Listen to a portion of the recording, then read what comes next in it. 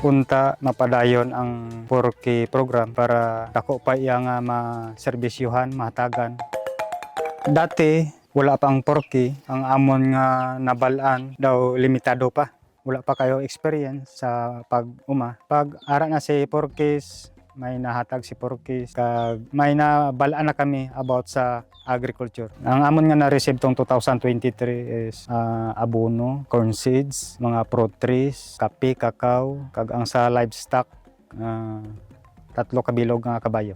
Nagapasalamat ako kaupod ang membro sang Dato Inda Farmers Association nga sa amon nga nadawat. Dako kayo among pagpasalamat kay dako ni siya nga bulig sa amon abot sa panahon. Sa LGU, President Rojas, kag sa province, Office of the Provincial Agriculture, kag sa Region Office.